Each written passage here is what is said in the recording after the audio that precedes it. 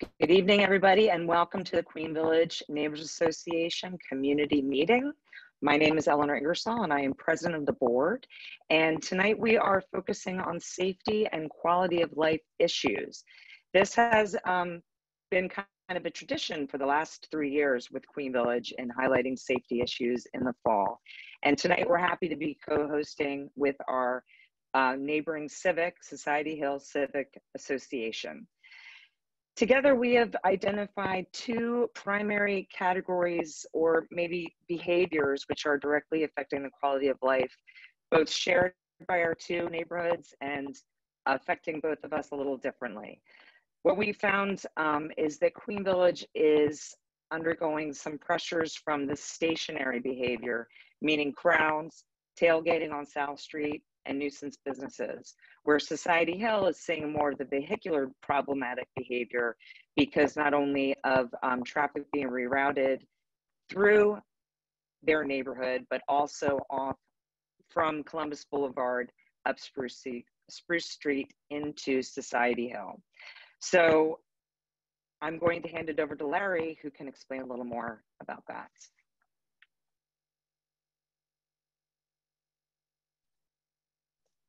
You're muted. Hello. Thank you, Eleanor, and thank you for allowing the Society Hill Civic Association to co-produce this event with you.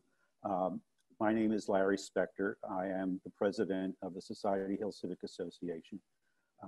There's no doubt that we are plagued by certain problems in the neighborhood, and we see ourselves as mostly disturbed by the vehicular aspects of what takes place in and around South Street. And by that, of course, we mean riders of ATVs and dirt bikes, cars that like to blast their radios and speed through our streets as well. So I'll be picking up toward the end, or toward the second half of the discussion. We will be taking questions by way of chat. There are 480 people at least registered for this event, and I hope you understand that for that reason we can't really make it an open mic situation, but we will be fielding your questions through chat, and we look forward to your participation that way. Mary, excuse me, Eleanor, take it away. Thank you very much, Larry. I was going to give it to Mary. We have got a full slate of panelists tonight because it's important to understand that to deal with these very particular issues that we've mentioned, we are fortunate to have a NightLife Task Force for our neighborhood and our business district, South Street Headhouse District. And that has a big group of people working together to try to address problems as they arise. So I'm going to go through that with you so you know who will be answering questions and taking your questions tonight. It is the task force is co-chaired by Marissa Moylan, the Senator's Director of Community Relations, Mike Harris, Executive Director of South Street Headhouse District. There's also a representative from the 3rd District Police, which Captain Harpsel could not make it tonight, but we're very fortunate to have Lieutenant John Landis in his place to answer our questions, who also serves at the South Street Mini Station. The State Police Division of Liquor Control Enforcement, Frank Sparrow, who will be joining us in a little bit. License and Inspections Nuisance Property Unit, Renee Reinhardt is with us tonight. And our participating officials who hold seats on the task force are Representative Mary Isaacson from the state and Councilman Squilla. So we also have joining us tonight in a little bit Captain Matthew James of the 6th Police District, because the 3rd District and the 6th District back up to cover Society Hill and Queen Village. So this is also to give you an idea of all the moving parts that go together to solve issues that arise for us. Whereas many of our neighbors have asked us questions of why don't they just do this? And why don't they block it off? Why this, that, and the other? And it takes a whole combination crew and partnership to make things, to actually solve these problems in a really thorough manner. So to give you an update about initiatives that are being taken to address the stationary behavior issues of crowds and tailgating, I'm going to hand it over to Mike Harris, Executive Director, South Street Headhouse District. Good evening, everybody. Good evening. Thank you, Larry and Eleanor, for hosting this and pulling this together. Do appreciate it. You know, I would start off by saying July and August these past July and August has been probably one of the rougher months, 2 months we've had in the area, it seems, and particularly right after July 4th when we went into the yellow phase and a lot of things started manifesting, particularly what we're going to talk about tonight. Did want to say we've been trying to work with the neighborhood associations at the end of July. The association presidents, myself, had a conversation, a good conversation, just talking about the issues that are at hand. I think this is probably one of the results of that conversation was pulling this together, and our interest is really working together to make things better for the business community, the commercial corridor, and the residential community, of which I'm a member, as you know. Marissa can talk more about the NightLife Task Force. We did have a meeting in August as well about that. But I do want to talk about a couple of things that we are trying, and then I'll hand it over to the police. I'd say two of the biggest things we've noticed outside of a giant increase in trash and trying to deal with that is a lot of tailgating, a lot of folks coming to the street, parking on the street, and drinking out of the cars, you know, sitting on the cars, not really going to the businesses, not going into the businesses or patronizing them, but actually using the street as sort of a parking lot and a party space. To that end, we're about to implement the changes finally to the parking pilot program. For the last couple of years, we've had a pilot program that has prohibited on-street parking from midnight to 3 a.m.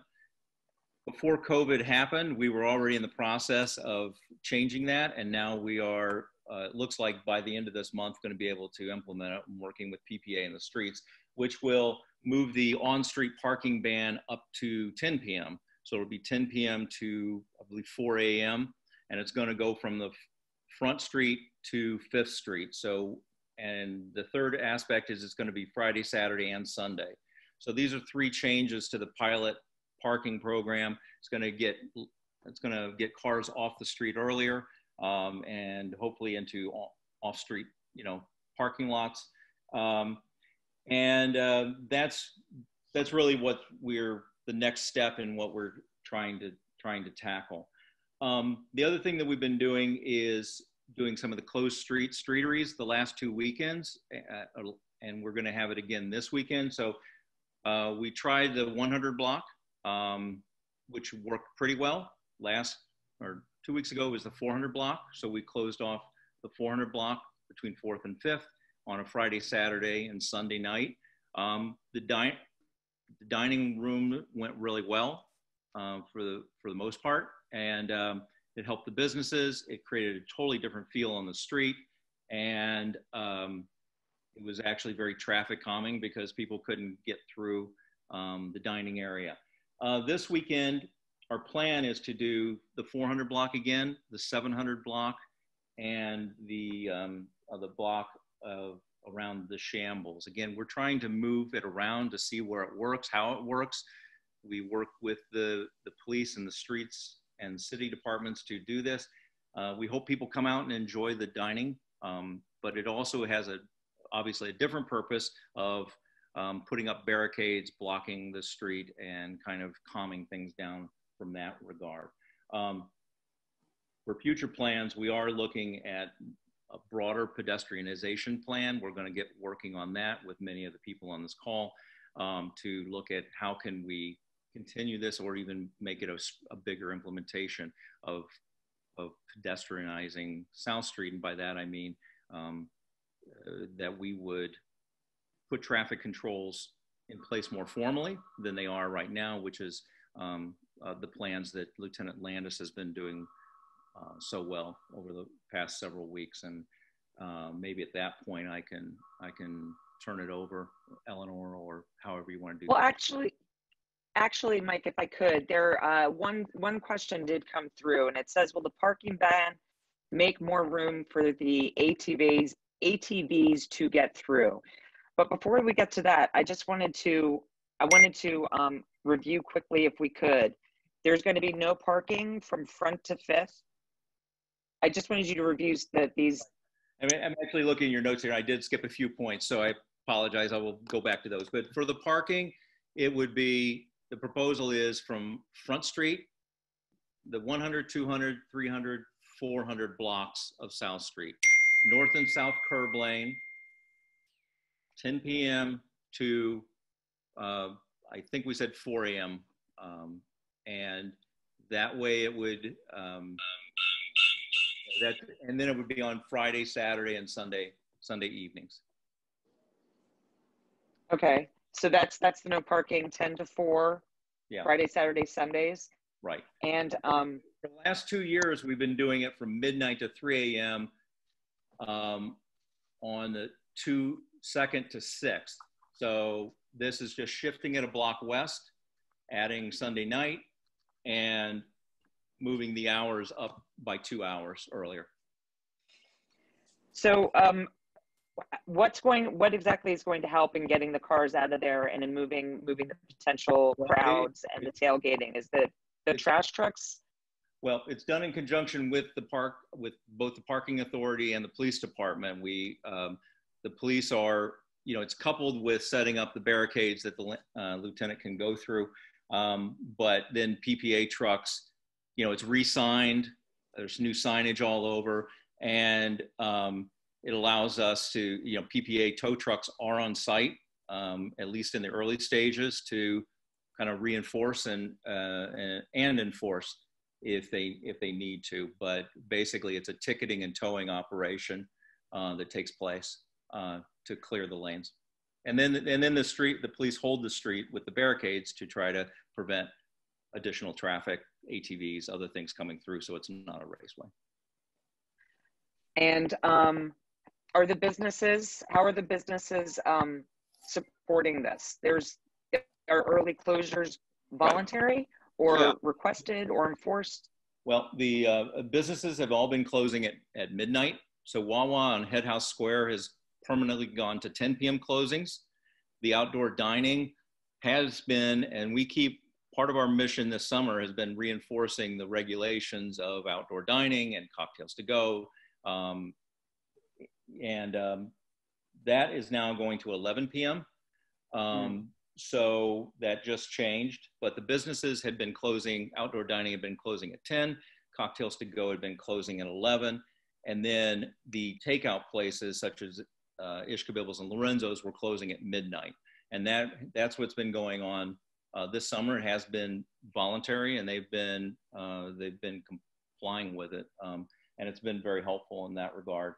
We have not been able to do the trash trucks at night. That was a big help last year, sort of signaling its closing time, and the street sweepers and the trash trucks would come through, and it was really effective. We've seen that done in other districts. Unfortunately, despite the councilman's best efforts, the streets department could not supply that this year, this summer. So I'd like to see that come back, but because that's pretty effective, but we were not able to implement that portion this year, unfortunately. Excellent. Thank you. Thank you very much, Mike. And I will now go to Lieutenant Landis if I can. And can you tell me and tell our nearly 500, well, I think we had 400 something, we have 100 on right now participating in this community meeting. How do the police through the task force work with the Headhouse Business District to figure out what streets get closed, how things move around? Because I think it's important for people to understand that this is, as Mike alluded to, it's an ongoing pilot as such to determine what really works. All right, so good evening, everybody. To answer your question, so me and Mike have open communication. Mike has my cell phone number, my email. We speak a lot. I see Mike out there every weekend, and we talk about the fluid situation, and we make adjustments on the fly to see what benefits the whole situation. myself and the captain have implemented a traffic diversion program, which has been very effective this year with crowd control and safety for the South Street corridor. Our gun violence numbers are extremely low, along with our Part 1 crimes have gone down drastically with this implementation. Basically, the implementation is with sufficient personnel, I can close off 2nd, 4th, 6th, 8th, and with the I've been closing off 10th at the request of the community at Lombard Street to prevent southbound traffic coming in. Other than the people that live there, we let them through SEPTA and PPA and any other city services they'll be able to access through. In an ideal world, I have a police car at those intersections with their lights inside, well, with their overhead lights on. So they have plenty of notice regarding stopping, and because we have issues when I had the barricades up, the cars were plowing right through the barricades. So the reason I do that is a lot of our illegal dirt bikes and ATVs and some of this, I call it, well, some of the riffraff that comes through there, so to speak. A lot of it comes from Camden and things like that. And I try to control the traffic flow to prevent overcrowding and to prevent a takeover from the community or from this public. We have a limited number of resources down there. And in order to keep control, in order for me to feel safe, I try to limit the number of cars that are running up and down South Street, and to keep the crowds at a lower. And it has been positive. Our crowd sizes are down regarding that. There's no more of the blasting of the music from 10th Street all the way down the front. None of the nonsense of hanging out the car windows or on top of cars. And all that gawking and twerking and all that nonsense on the street, all that, for the most part, has been eliminated this year. However, it does cause a problem if I don't have personnel at each intersection. When these illegal ATVs and dirt bikes come down, they'll go around the barricade or take the sidewalk, and they'll do some donuts or rev their engines, and I noticed though throughout the season that it's going down a lot. There's been some ATV details in the past couple of weeks where we've confiscated 50 illegal dirt bikes or quads. There were 7 arrests made, and so we're working also with Councilman Squilla, myself, Mike Harris, and the captain. We're working on with Deputy Montez from the Streets Department and getting some type of speed calming devices in the area. I know that's in the work. It's been discussed. There's pros and cons. So in addition to the Lombard Street blockage, we also block on South Street, and there's some strategic area on Bainbridge that I block. And this is just to, again, control the crowd size in the South Street corridor area. We want to obviously avoid any looting or volatile situations that we can be overrun with. And that's the main reason why I do it. And it has been very effective, and especially with the gun violence. It's been way down this year compared to last couple of years. And the robberies and the ag assaults, all that's been way down. And I love to thank Mike Harris, because he works hand in hand with me. And I see him out there, and I appreciate he supports me and our staff, and he helps me out in getting a lot of things done. So, Mike, I really appreciate what you're doing for us.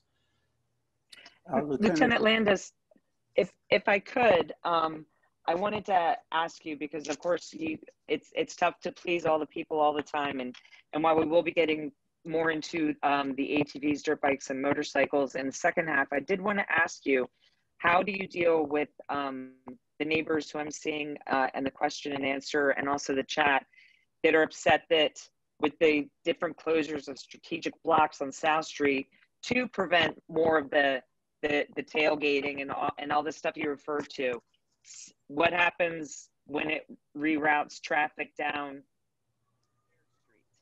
All right, well, you broke off a little bit, but so the last couple of weeks, with the assistance of Captain James from the 6th, I have a 2-person marked vehicle to patrol from Front to 7th, Lombard to Spruce. And also the Captain James from the 6th District, he also has a car in his lower end to combat this problem, to prevent staging up, and also to keep that corridor open and free for traffic. Listen, I'm out there every weekend. I hear the noise, the revving of the engines. Citations are issued, like those 3-wheel cycles. They call them slingshots or whatever they're called, T-Rexes. For whatever reason, that music is blared at an incredible decibel. We attempt to stop when they drive, and they flee. And most of our personnel are on bikes, so we're not catching them. We're not going to pursue for a traffic violation or for an ordinance violation, just for the safety aspect of it. What we do is get the tag, and we issue citations for the noise, for excessive noise. So we've issued over 100 citations throughout the season. But the revving of the engines, and it is a nuisance. And I tried. Yeah, but I also wanted to ask,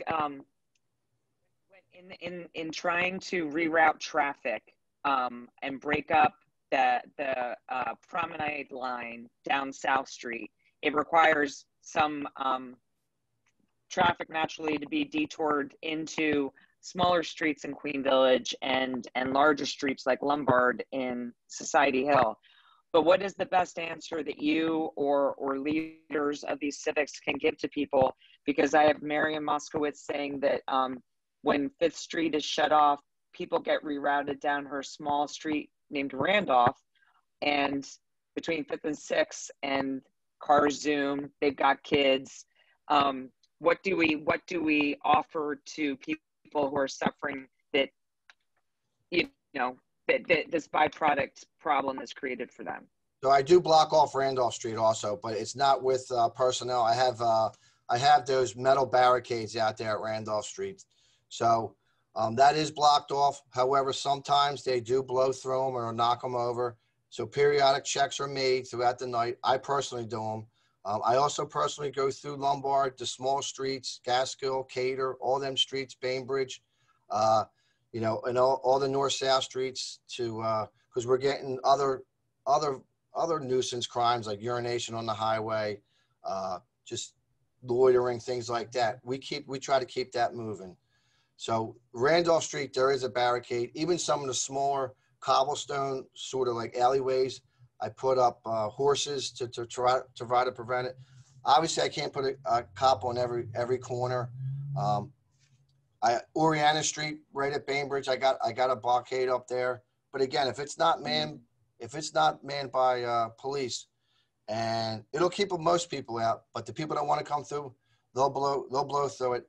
But I'll know, I can see that, and I'll address that issue. So when somebody comes through Randolph, I know that they shouldn't be there. I immediately address that issue. They're removed from the corridor, they're removed from the area, and they're escorted out of the whole South Street corridor.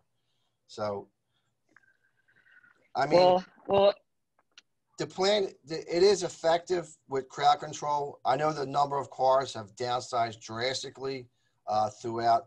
People are getting the message that South Street's no longer you just parade your car up and down, down South Street, west on Lombard, back down South Street, west on Lombard. That's over. I don't allow it. The noise is a problem, and it's more the revving of the engines or these T-Rexes that just blast their music. Citations are issued, and we go from there. That's the best. And then I try to keep it shut down. I'm out there until 2, 3 a.m. And even with these lately, the ATV or the illegal dirt bikes, since we ran these ATV details, have calmed down. But you still get 2 or 3. I know Mike Harris was out there. We saw the same knucklehead out there, up and down, on a green dirt bike, revving his engine. And again, we're on bikes and we're not going to pursue. But if there are times where they stall out and we get them, we'll take them we'll detain them. And if the bike's stolen, we'll arrest them. If not, we'll confiscate the bike. We also check out the gas stations on Broad Street, the 600 block of Broad, to make sure they're not staging up there. So we do that. And regarding the tailgating, if I see anybody selling and I address the roll calls for a detailed in personnel, that's not tolerated. Selling out of the trunk, alcohol, none of that's tolerated. People with coolers, none of that's tolerated down there. There is some leniency going on with the curbside cocktails at the time, with people walking with the drink. You know, we gave some leniency. We got to give a little bit. We don't want to, you know, we don't want to make it a complete no fun zone for people. We want people to enjoy themselves down there, and we want the businesses to thrive. So we did get some leniency with some of the alcohol, or, you know, drinking on the highway. Once it starts getting out of hand, then we go in and we do our thing. So. Well, thank you so much, Lieutenant Landis. And I know this is going to be revisited with Larry, and I'm sure Larry's seeing some of the suggestions in the chats about what else can be done to answer this problem of the South Street Parade, as well as the diversion of traffic. But there is something else I wanted to bring up that has to do with dealing with the stationary behaviors, and that is nuisance businesses. So I'm going to ask our executive director, Lucy Erdelak, to share her screen with you all now, because Queen Village has taken and finessed the citizen report on the state police website about nuisance businesses, liquor licensed nuisance businesses.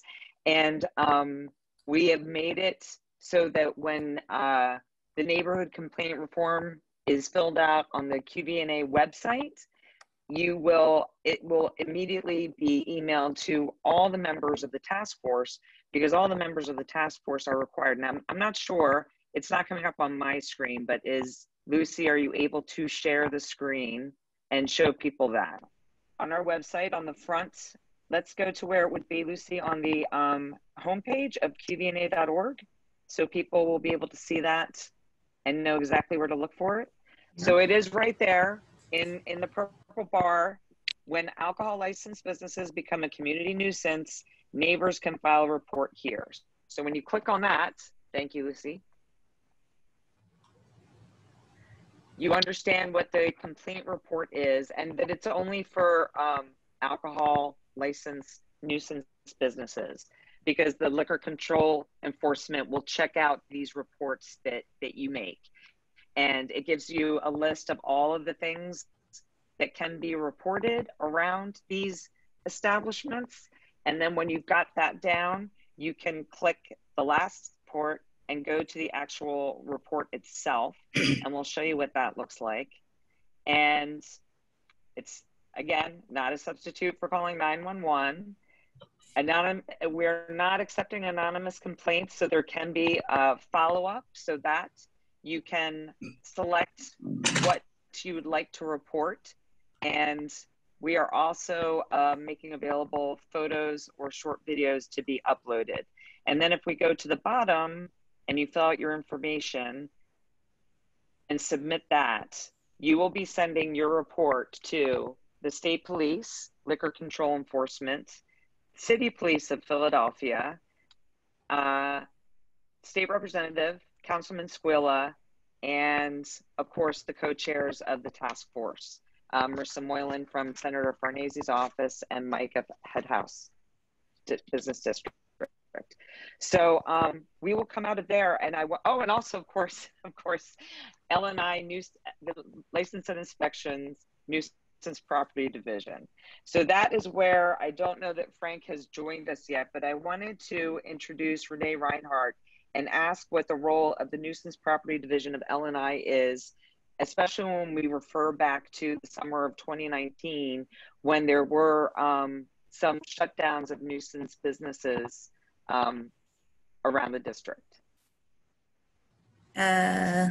You want me to the role of why do we need license and inspections to be involved in following up on reports of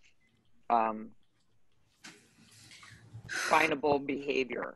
Well, our main concern is fire safety. So anytime we receive a complaint, even if it's not related to something we would normally do, we go to the business and we do a fire safety inspection to make sure that they are code compliant with fire code violations. We also check all of their licenses while we're there.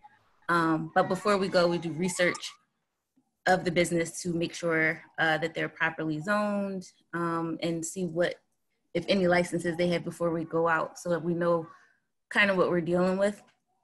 So our role is to make sure that the property is safe for whatever business is being conducted there, to make sure the business is legal and that they're operating within their zoning and license requirements.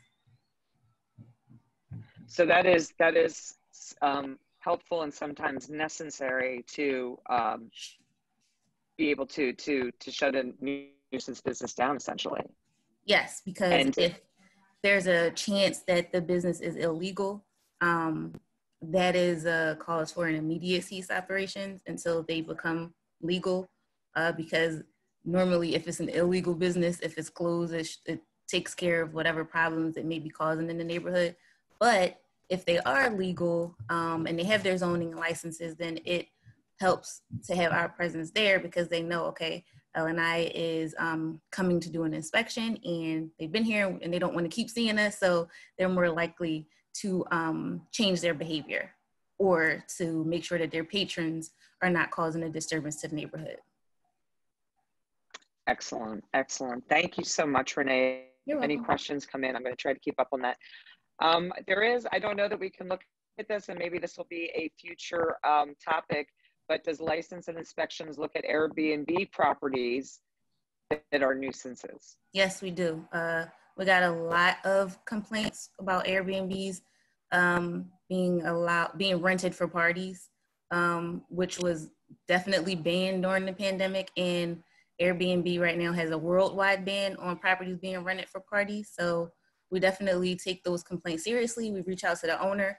It's the owner's responsibility to make sure their properties are not being used in that way. So our best line of defense is to get in contact with the owner, and our research team gets their phone number like within 24 hours so that we can reach out to them prior to any parties taking place. And we've been pretty successful at that. Obviously, we can't do all of them, but when we get a complaint, we definitely address it with the owner first. And we also send our team out there to make sure the party does not happen. Hi all, how you doing? I'm sorry, this is Captain James from the 3rd District. I just want to chime in here real fast. I'm sorry, I just joined. I'm a little bit late here, but I just want to piggyback off of what Renee just said there, because Renee, you helped us out tremendously just last weekend. Mm-hmm. And we were able to effectively shut down an Airbnb property within 8 hours. So it does take, it's a lot of communication, mm-hmm. But LNI was very good in that situation and helped us. So I just wanted to highlight some of that success. So it just happened last week. We were able to pick off the party was going to happen, and we gave it to Renee. They took over from there, contacted the owner, and had it shut down. So thanks, Renee, but just to share a little success story there. You're welcome. So just very quickly, you're allowed to shut it down, but then how many infractions before something more serious happens? Like if it's a repeat offender, repeat well, if it's management company or landlord.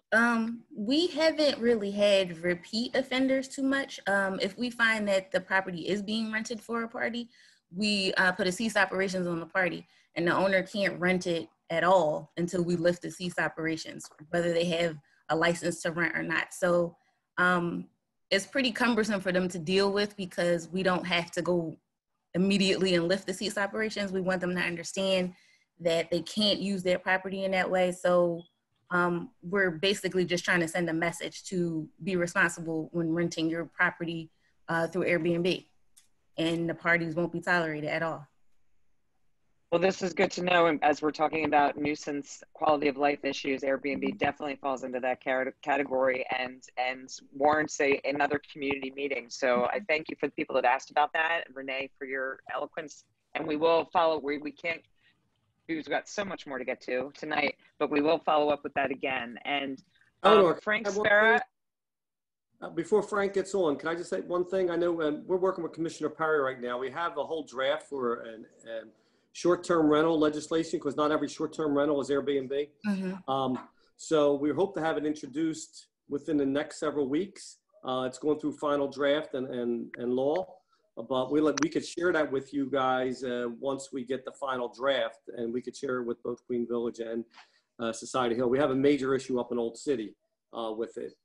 So we've been working with them on that also, but we will happily share that with you once we have the final draft to help the city with regulations and enforcement to be able to do it properly and for longer term. So it's still in the works, but Al and I have been a great help with Commissioner Perry on making sure we get this legislation up and running.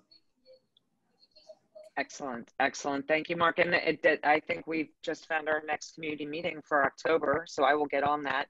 And I do want to say I don't think Frank Sparrow has been able to join us, but he will, and if he comes later, I will definitely have him chime in because he is from Liquor Control Enforcement with the state police. So he is essential in helping to track and eventually address nuisance property repeat offenders, and where he works with license and inspections and city police. But every report that is made is something he checks out and uses to create files. So by all means, take advantage of the reporting, the citizen reporting complaint form on our website, so you can bring the attention to problematic places. I'm going to look at the chat and address any questions I can online as I hand it over to Larry, and we'll circle back around if there's any more new questions to be answered. Larry, take it away.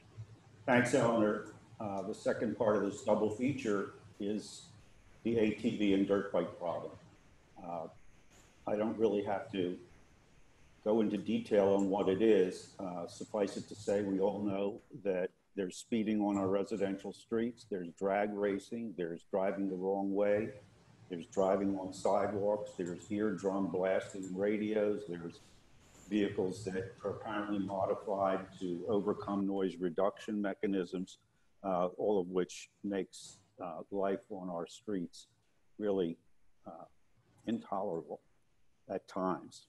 Now, generally, I think we could agree there are three possible approaches to the problem. There's prevention, there's enforcing the law, and there's the possibility of providing some alternatives to riders being in residential areas, namely perhaps a place where they could happily, or many of them happily, go and enjoy some sort of a free enforcement zone so that they're not so interested in coming into residential neighborhoods, not just in Society Hill or Queen Village, but elsewhere in the city. We all know this is a citywide problem.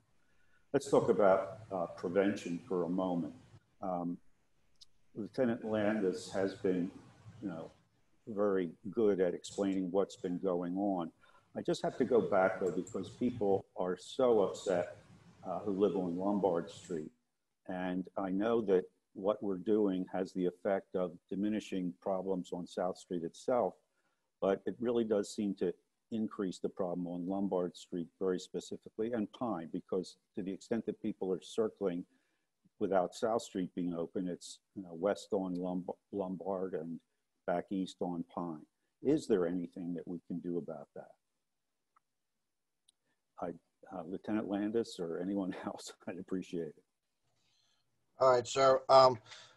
I know Captain James is aware of it, and he has a team, like I explained earlier. He has a team in his lower end from Front to 7th, Lombard to Spruce is on, as well as I do. This has been implemented in the last 2 weekends, Friday, Saturday, and Sunday nights. So I know last weekend there was a complaint where a couple cars staged on the 700 block. They moved the cones from the neighborhood. But that was immediately addressed. Again, Mike Harris is out there with me. I check my emails periodically, and I also advise the residential owner to feel free to call 911. She was a little apprehensive about calling 911 about for causing any problems, but it is illegal parking. They are blocking private driveways and private garages, and I have also cars in the area that are monitoring the PSA regarding 911 calls and calls for service, so they can be addressed. so it doesn't drain on the district. So again, we have the cars. We don't let them stage up. We keep them moving. But again, they are, listen, they rev their engines. They for whatever reason that makes them feel good.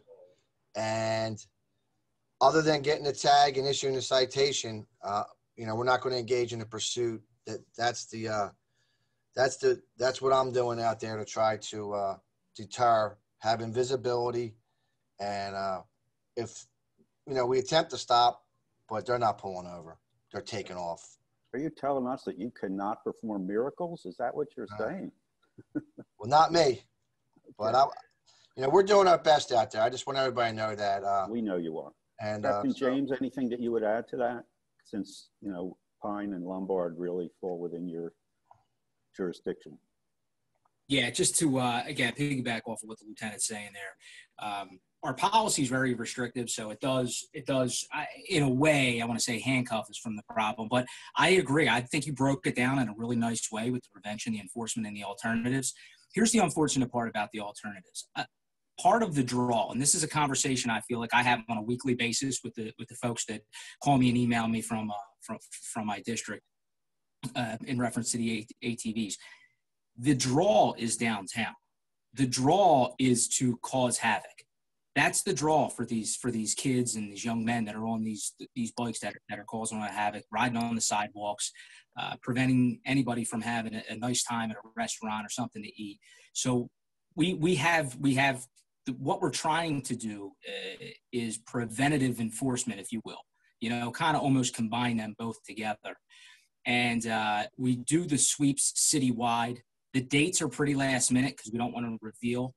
We don't want social media to get a hold of that kind of stuff or when we do it. But the sweeps are becoming more often because I can tell you that every single time that I receive a complaint, I try to pass up our chain of command the same response. And I think that we need to take it a little bit more serious. We need to take it to the next level here because this has been years. This isn't a problem that's happened in the last 3, 6, or 9 months. This has been years.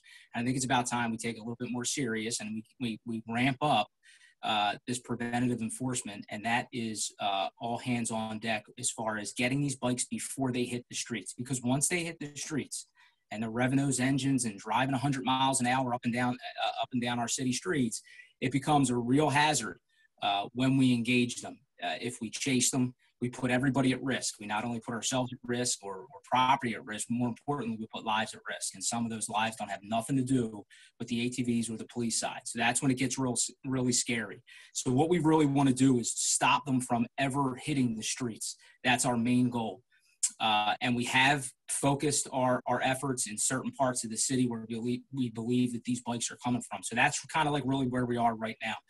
As far as the other preventative and enforcement measures we're trying to take is increased presence. Sometimes presence alone will deter people alone from riding in the area, but we know that seems to have gone by the wayside these days. People are more brazen and they go about riding these bikes regardless if we're standing right there or not.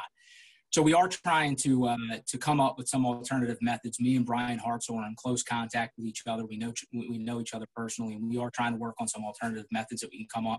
I'm not ready to share what they are right now, but as soon as we do come up with some sort of alternative to it, or I should say in addition to what we're currently doing now, we will certainly get that to you. Thank you. I appreciate those comments. I want to get back to something that Mike Harris referenced that he may have invented a new word. Is it the pedestrianization of South Street? Do we understand correctly that what you're really talking about is for some periods closing South Street officially to vehicular traffic? And are you okay with that? Mike, can you comment on that? Sorry. Yeah, I didn't know I invented a new word. Thanks, Larry. So my understanding is years ago, there was a time where South Street was closed off to basically traffic, and it was more of a walking space. It didn't have the cars in it, and it was more of a space people could shop and dine. Given, all the rethinking of cities and the closed streets and the streeteries, and the challenges that we're talking about tonight, with what the police are doing ad hoc, you know, and not ad hoc, but they're doing it, you know, the plan they've got in place. The idea is simply to look at a concept that other areas are doing, other cities are doing, where you might take a few blocks off and close it down. There's a lot of things to think about, and it simply, I think it's worth asking the questions and exploring it and trying to understand how it would work logistically for businesses, for the community, what the impacts would be. But there is a lot of, you know, why don't you close the street down all the time? Why don't you close it down longer and more permanently? So I think we have an obligation to at least look at models and explore it. I know New Orleans is really looking at that right now, like Frenchman Street and other places where they're trying to control vehicles on the streets to create a more welcoming, safer space. So I would like to say on the ATV dirt bike, though, while I got the moment, that has been the top priority, top frustration over the last 2 months. It's on the, you know, when I see the dirt bikes going down the crowded sidewalks, going through dining spaces, maybe it's infuriating, and the danger level is incredibly high. So about a couple hours ago, I don't know if anybody saw it, but on NBC 10, they just did a segment on it. So it's up on NBC 10 about what the police are doing. And it also, you know, talks to some of the riders, and I think they're pretty clear about the challenges that they face. But I've seen many nights with the lieutenant where the dirt bikes will go, there's a police car, they'll go past the police car, they'll go through a barricade, they'll go around the officers. So, I mean, it is a recklessness and a safety issue that is of deep concern, not only here, but up on Broad Street with my colleagues on Broad Street in Aramingo, and actually, frankly, in Midtown Village last weekend. So it's, anyway, we're trying to work as close as we can to come to a resolution with this, with the police and the city. Larry, could I add something? This is Sure. Mark. And, you know, I want to thank Lieutenant Landis, Hartzell, and James for all their work, and especially Deputy Dales and Commissioner Outlaw for listening about this challenge. It has been a problem, and we appreciate the detail that's been out there. And, you know, we talked about other alternatives and things to do, but the only thing that's going to fix this is consistent enforcement, which is a resource intensive that, you know, we have to commit to as a city. You know, we tried some some speed bumps or cushions in some areas, and some of these bikers were using them to do tricks on the speed bumps. Some of the speed bumps we put on there also got complaints from some of the residents. When cars go by them, you hear bump, bump, bump, bump, bump, bump, bump, and all day long, the bump, bump, bump, bump, bump, bump. They're worried about their foundations and stuff like that. So they bring some challenges. And rumple strips that we talked about with Richie Montedez and some of the other areas, you know, a lot of the neighbors, when we did put them, we have to repave their street because they just can't take that noise of the rumble strips all day long of all cars going by them. So there are some challenges both for and against, but the one good thing is I think the detail being consistently operated and now getting more and more, the word is getting out to the bikers, because I've talked to some of them that this is going to be more of a challenge, because this is a citywide issue. In my district, one of the worst issues is up on Aramingo Avenue up there. And it's really bad with not only the ATVs and dirt bikes, but the motorcycles that are so loud and modified. And, you know, how do we enforce that and make sure that we can then go, we used to do that years ago on South Street, where if it was modified, we could give them a noise ticket. And I think that's something that we're looking to do more of. But the consistent enforcement is the only thing that's going to change the mindset of people that do this. And I'm all for looking for alternative sites for people to ride out in a field somewhere and to go do their tricks, because these guys are talented. They're very good at what they do. They can maneuver in small places. It's amazing. And so, you know, I'm for looking to have alternative spaces for them to go, but knowing that it's not legal to ride in the city. And we have to be able to give the citations and or tickets for the loud, whether it's a legalized motorcycle or a music playing legalized car that goes by. Some of these cars have sound systems that'll blow your socks off.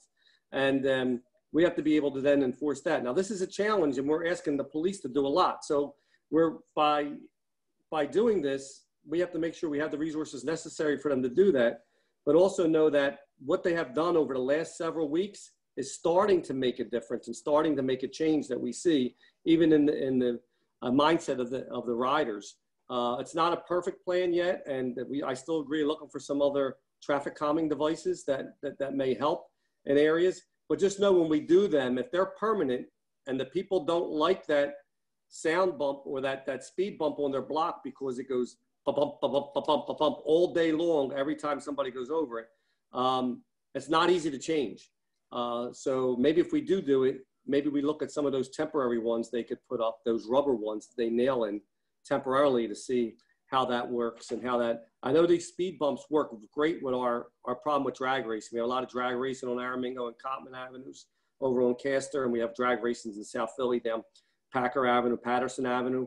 Speed bumps work with the drag racing, but don't work as well with the ATVs because they sort of like them for tricks. But this is a challenge, and I think I want to commend the deputy and the commissioner for really starting to put this on the radar and keeping the pressure on to make sure we don't stop enforcement because it is resource intensive and they have to bring some other people in to make sure they could do that and policing at the same time.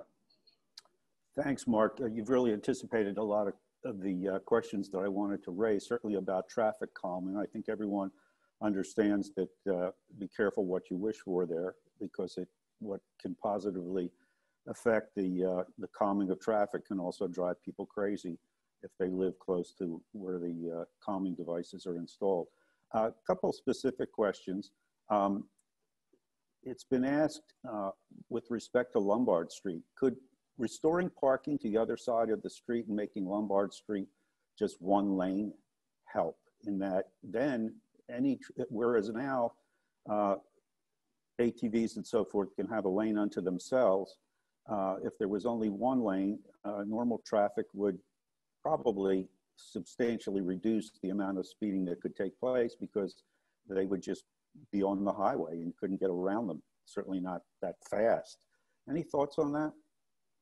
I think that's worth, if you're asking me, I think that's worth looking into. We could talk to Otis and Complete Streets to look at that as an option to, everybody wants slower traffic, right? So if we believe that would slow down traffic to have parking on both sides, I think it's worth looking at and see if that's something that could be done. I'm open to any ideas, and that's I always tell people, and we'll try it, and if it doesn't work, you try something else. And so I like the idea. Maybe we could, I don't think anybody from Streets is on this meeting, but maybe we could bring it to their attention and see if that's something that, first of all, that the community would support, and then second of all, if they do support it, then see if Streets can implement it. I don't know, what's everybody else think? I mean, the leaders of the communities out there. Well, I know that for Society Hill, we'll definitely seriously consider that and may well take you up on that. And speaking of things like that, as you know, Mark, the people in the Society Hill Civic Association took an official position that they wanted traffic from Columbus Boulevard to no longer be able to turn west on Spruce Street because Spruce Street was just getting bombed with everything that comes off of Columbus Boulevard. And breaking news, I know you saw the email that I did yesterday from Otis that there is going to be a pilot project. People on this meeting out there should understand there is going to be a pilot project to turn the flow of traffic from Front Street to Columbus Boulevard to eastbound only. The westbound lane is going to be turned around, and we're hoping that that becomes permanent, in which case it would be the way the situation was up until 2015 for 30 or more years. Question, is monitoring of social media a feasible way to sort of get the jump on the riders in terms of any large crowds of them or anything like that? Is this organized in any way so that we can follow it? Do we know anything about who these people really are, who the riders are, and whether there's a leadership or anything like that that we could monitor or even constructively talk to? Any I'll let the thoughts? police answer that, but Yeah, social media, they do monitor social media to find out where they're going. I don't know if Captain James or Landis wants to speak. Yeah, thanks, Councilman. So yes, to answer your question, very simply, yes, we do use social media in a variety of ways, but one of them is to try and track down these groups of riders that are going to try and anticipate where they're going and when they're coming, especially when we run those details, because that's very helpful. But there is no structure, at least to my knowledge. I don't know if Lieutenant Landis can add anything on from his side of any of his experience, but to my experience, no, it's not structured. Very few times do we find that they'll meet up and rush into the city. We found a couple times during the mass protest that we've recently had since May that's been the case. But as far as a structure, no, I'm not aware that there's any structure. Okay. But I'll let Lieutenant Landis address it as well.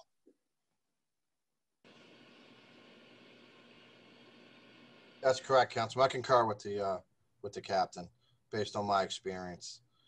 There is social media outlets. I noticed one guy we follow named Dell.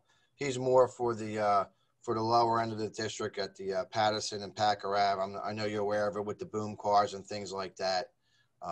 There's a gathering with that. I've actually, spoke with this Dell guy. I told him that, that I can't have him come into our district and have just all the outlying problems that go with it. They talk about having a designated area, but there's a lot of problems that come with it within the district. So, but it's just social media and it's just passing on. And then before you know it, we have 2,000 cars down there and it's a big problem. I want to say, Larry, I don't know if you remember the flash mobs and how they had the meetups on social media, Instagram, Twitter. They do the same thing with this. And even the regular bicycles, they have those meetup points. And next thing you know, you have 50 bicycles all together, right? From all over the place.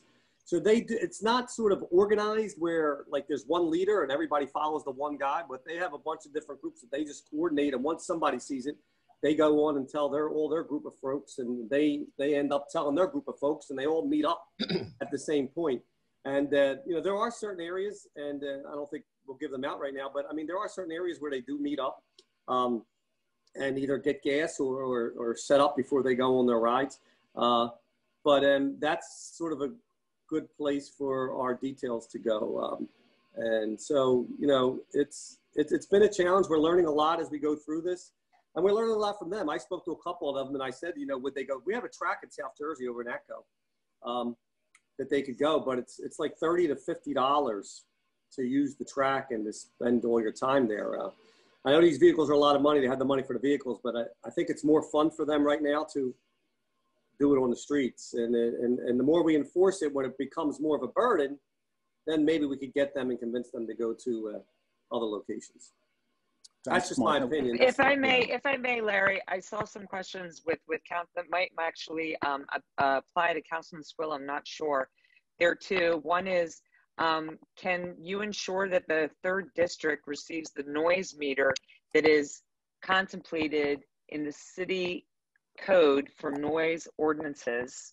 That's one. And then two, why can't PPA also write tickets for the loud noise or any other of the infractions from the riders of the problem vehicle? Yeah, I actually noise and tickets.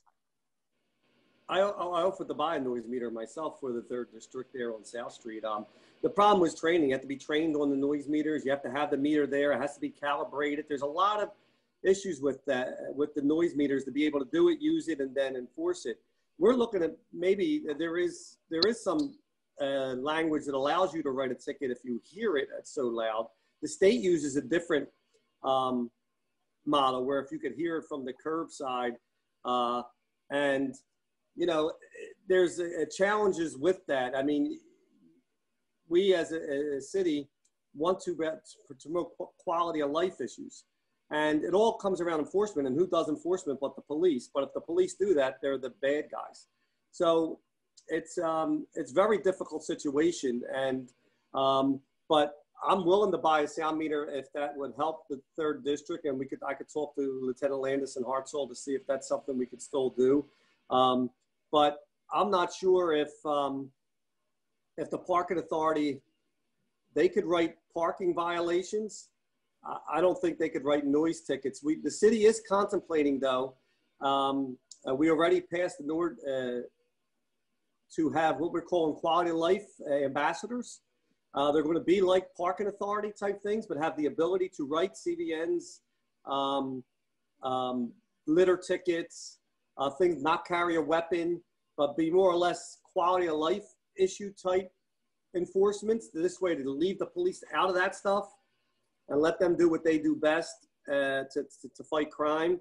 And these officers, New York, we went to New York to go see how it worked there. And in the beginning, they had a lot of issues with it because a lot of these guys used to get smacked around by some of the public if they try to do stuff. But they figured out a way to make it where these people now, they could even, if there's an accident automatically, there's these folks, ambassadors, could then go and direct traffic without having an officer there with a gun to have to do that and take him off the street. These guys can write tickets for noise, or can write tickets for littering. But you know, they're not going to go up to an ATV and say you're too loud and try to chase them to give them a ticket. It's still going to have to be a stationary thing. Maybe they will be able to record or take a picture of the license plate when you have the sound recorded with the license plate and then issue the ticket in the mail. That's going to need some legislation for us and the state to combine with. But these are all ideas that have come out of these quality of life officers that are now, we just put the money in the budget this year to get them up and running. It's probably going to take a year to get them in place, but we're hoping they could take a lot of these things off the police and be able to do these things that are sort of quality of life issues, but not really police issues. That's an interesting approach. We keep mentioning tickets, civil violation notices. We're not suggesting that this behavior be criminalized, although I am interested in understanding what qualifies someone to get arrested as opposed to being given a citation. There's also a question as to, well, what does the ticket mean? How much is involved? Do we find that the tickets are paid? Could there be something in the way of a record keeping such that if you have enough of these unpaid tickets, whether it be for speeding or activity in connection with the bike, even noise, that if you have too many of them, you don't get a license renewal either for your car or your cycle. What is the ticket price, and do you think that it's really a deterrent to the activity that we're seeing? I throw that open. All right, sir. Tickets are issued on, I know along the South Street corridor, tickets are issued. My officers are issuing parking tickets. They're in the $75 range with the, this is just based on their observations and what they're hearing regarding, especially moving vehicles. So like I've noticed greatly with the cars when, before I shut the South Street corridor down, a lot of the cars aren't blasting the music anymore like they have in years past. Words out, and even I'm getting good responses when I do ride up on my bike or ride by a car. Music's excessive. I politely ask them to turn it down, and I be getting good responses. And then the ones that don't want to comply, we get their tag and we issue the ticket, and we just keep it moving. And then again with those T-Rexes and slingshots, they're not stopping for us, so we're just issuing the ticket based on our observations. But regarding the cars, I have seen significant decrease in the blaring of the music on the corridor. So that I have had success on the corridor with that. And when they're confiscated, right? There's also a ticket issued if it's an ATV or illegal bike, they are confiscated. And isn't there a ticket issued with that also? Yeah, there's a moving violation ticket, and majority of these bikes aren't being returned. Majority of these bikes aren't registered, and they're not getting returned. They're getting destroyed after a certain period of time. So it just seems like there's abundance of them out there. But again, like I said, with this like the Capt with the ATV details that we do run, I've seen in the past couple of weeks, again, we got 57 arrests, significant amount of reduction along the South Street corridor. What causes an arrest? Well, if the vehicle's stolen, if it is a registered vehicle and they don't have a motor vehicle proper license with a motor class license, we're not arresting them, but we're live stopping the vehicle, which is another tool.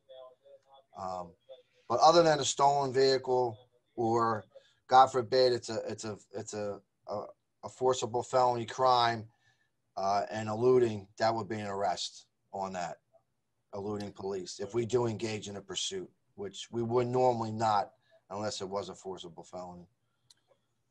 Question about the go ahead, Eleanor. I just had one follow-up question for both Lieutenant Landis and Captain James as from the Q&A thread. The South Street Bridge has also been used as its own promenade as well, which is exceptionally dangerous because it is meant solely for foot traffic down to the parking lot below. And the question is that, does that fall with city police? Does that fall with PennDOT?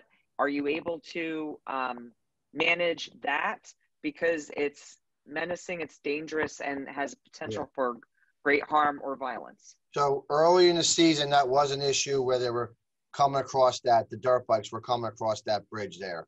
I do have personnel assigned to that area, and I also have metal barricades now in that area. And again, I also patrol that. I go through it.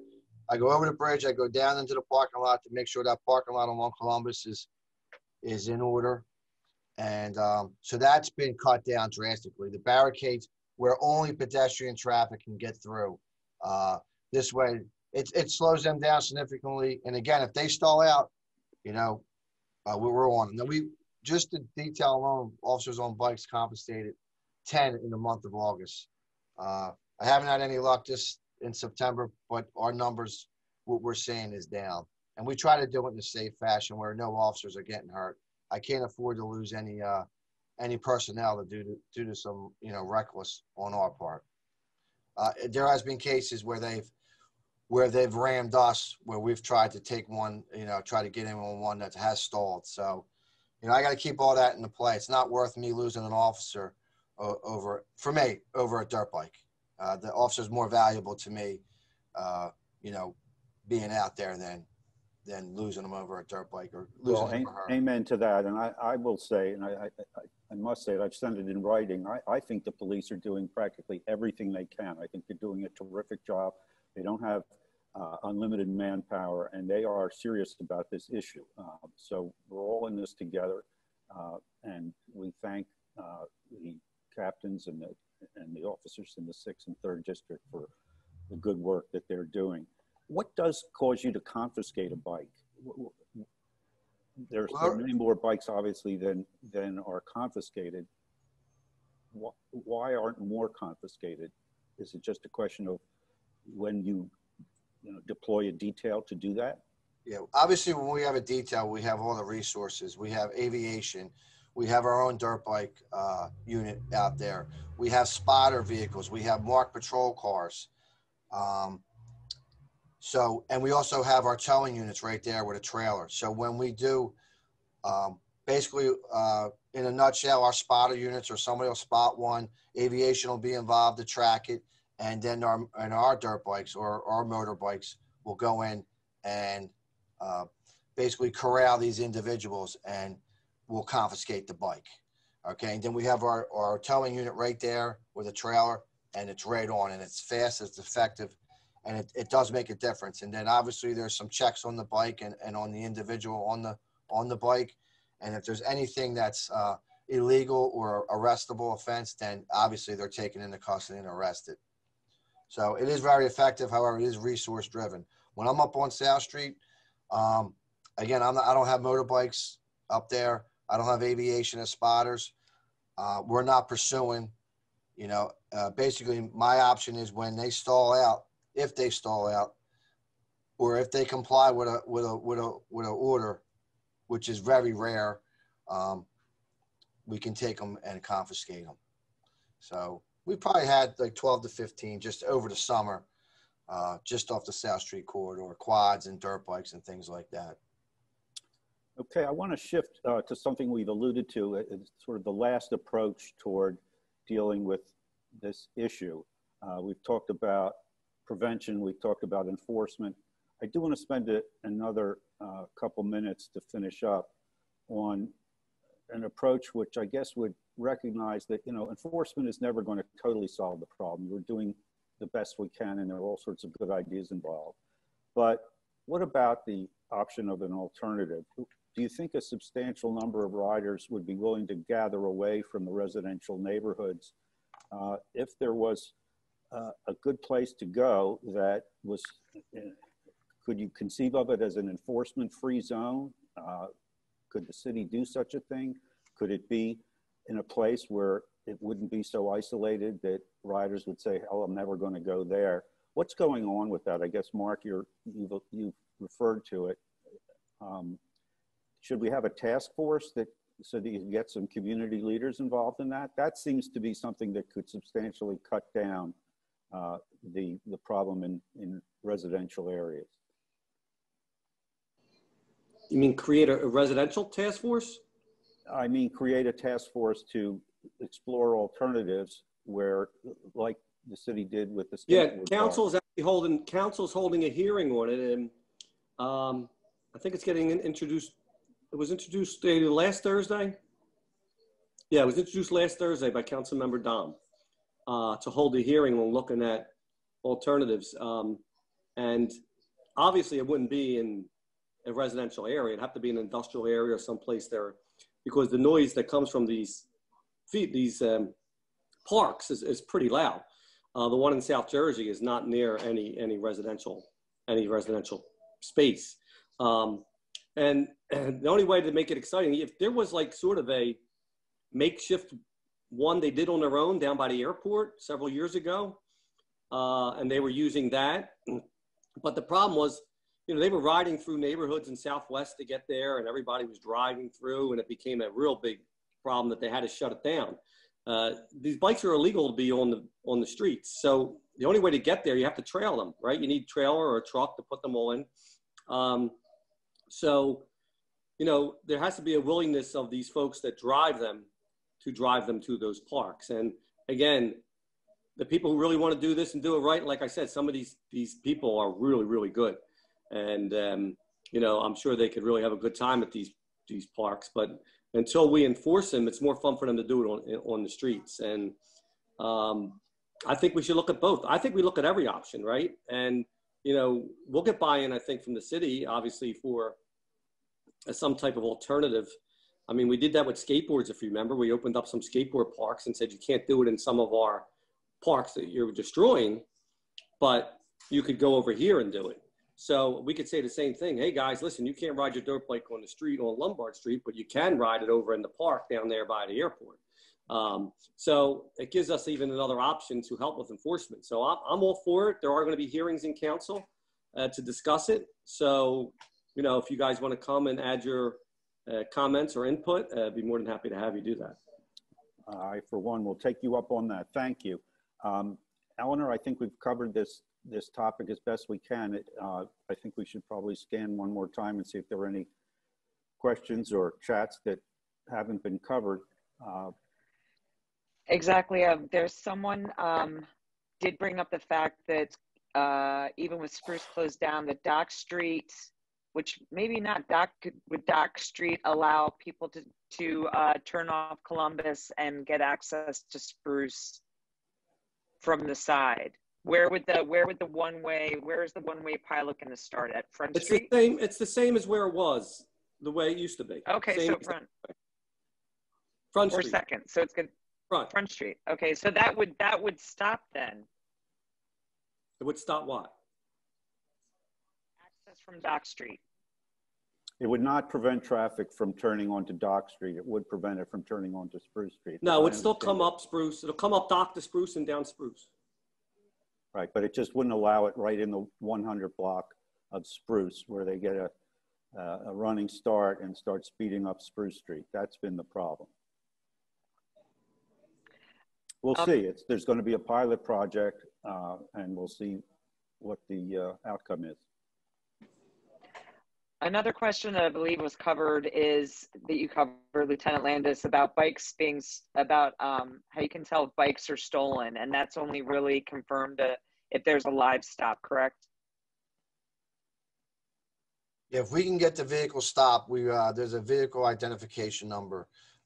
We run that number through our mobile data computers, or we run them through the police radio, and that'll determine whether it's a stolen status.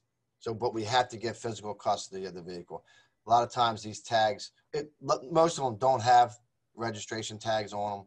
So, and then the ones that do are vanity tags. They're not even real tags, so they're worthless. So in order we get the vehicle stopped or the bike stopped, and that's the only way we can actually do a proper check. And lastly, we were really hoping to be joined by Frank Spera of the State Police to talk about liquor control enforcement, but fortunately, Marissa Moylan would be able to just give people an idea of, he does carry, that division does cover 3 different counties, if I'm correct, one of which is Philadelphia, but they also follow up on reports. And I just wanted to hear from you to explain the necessary participation or the appreciated participation by citizen reports. Thanks. So with the reports, what will happen is, like Eleanor said, they'll be emailed to everyone that's within the NightLife Task Force, the regulating agencies, and depending on what the complaint is, will then say who needs to take it up. So whether, if it's a complaint directly related to the sale of alcohol, then Frank Spera from Liquor Control Enforcement will take it. If it's a complaint of a crowd control issue within the middle of South Street and it's not directly related to one specific bar, that could be related. The Philly PD, the 3rd District, would pick that up.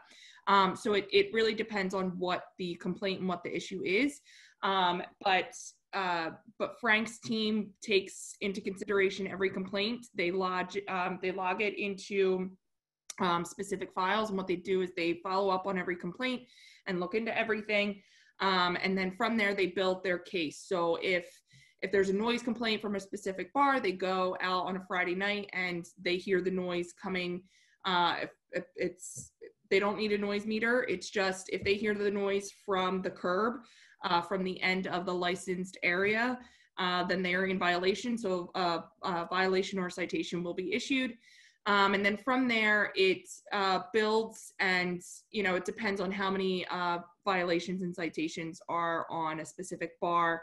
Every 2 years, bars and restaurants, their liquor license is renewed, and at that time, the Liquor Control Board then reviews their liquor license and sees how many citations and violations are then on that specific license, and then they then decide if they need to be then put into the nuisance bar program through the Liquor Control Board, which then puts further restrictions on that specific license of timing of when they can sell, and they need to take classes and different fines and things like that. And then from there, they are reviewed, and if it then needs to be shut down, it will. But it's a long process to officially shut down a bar. And our office, I know Representative Isaacson's office, the Liquor Control Enforcement, Liquor Control Board,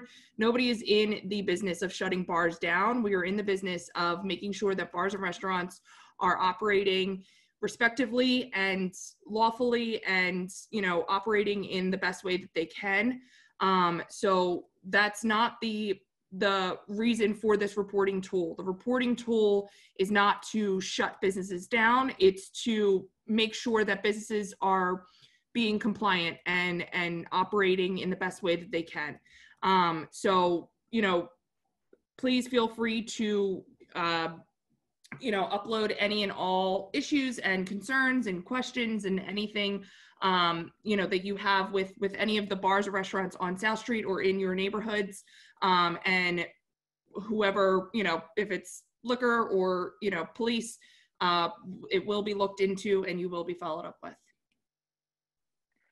Marissa, thank you so much. And Mary, Representative Isaacson, we haven't had a chance to hear from you as also one of the members of the task force. So I'd like to give you an opportunity to chime in. Well, thank you. And it's been a great discussion. And I'm glad that both your communities could join together to deal with these issues that are affecting both the communities and all the neighbors surrounding them. And yes, we have an excellent task force. These task forces are all over the city, and we deal with the issues of quality of life, but it's truly on the state level, which I deal with the most, it's the liquor issue.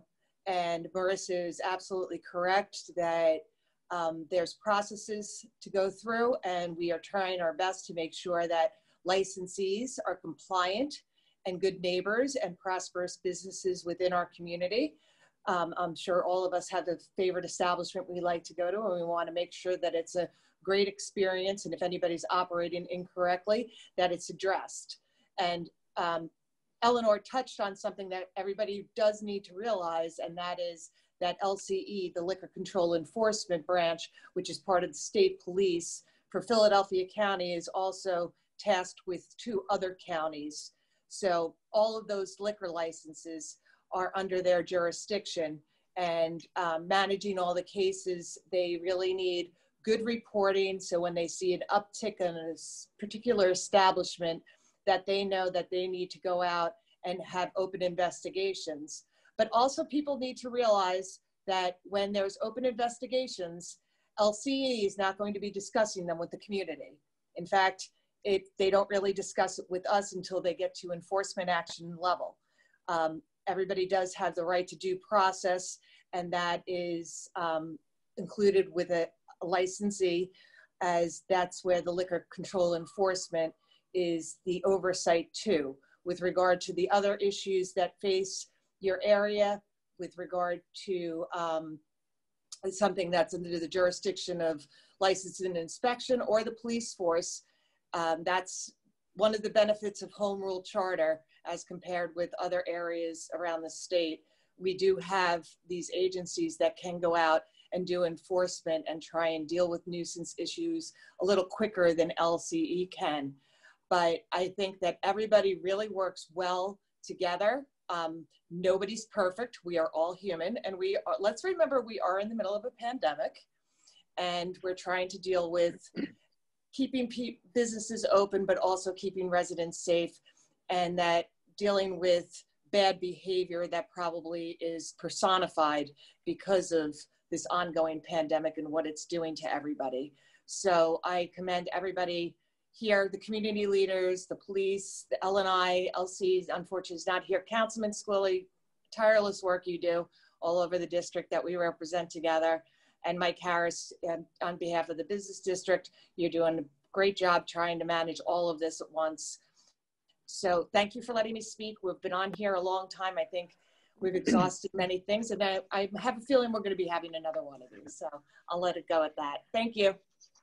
Absolutely. Thank you, Mary. And before I wrap it up, I did want to ask one quick question to Marissa and maybe Mary. I've been told that names of people that file reports are not shared with business owners, and there would be no reason why a business owner would ever see a citizen report, but we're going to ask it again now so it can be on the record officially. Does Liquor Control Enforcement or anyone share the names of people that file citizen reports, whether it be on the LCE website or QVNA? No, as I said during my talk, there was that LCE, when they get complaints, they investigate them. And part of an investigation is to keep the reports and what's confined within them within that investigation. And that's all confidential. Nothing ever comes out unless there becomes a court action. And usually with regard to just a citation or a violation, that usually is handled administratively. It's only when you get to a truly erroneous situation where you are actually going to what's called a 302 of shutting down a bar, where you're going into court, including dealing with the DA's office, as well as police and other agencies. Do you get into the nitty-gritty of any sort of documentation being accessible to anybody? They're only under a court action and part of a discovery process. And that's usually not where things go, because the important thing is to bring businesses into compliance. And so no, none of that information is disclosed during the complaint process. Excellent, thank you, Mary.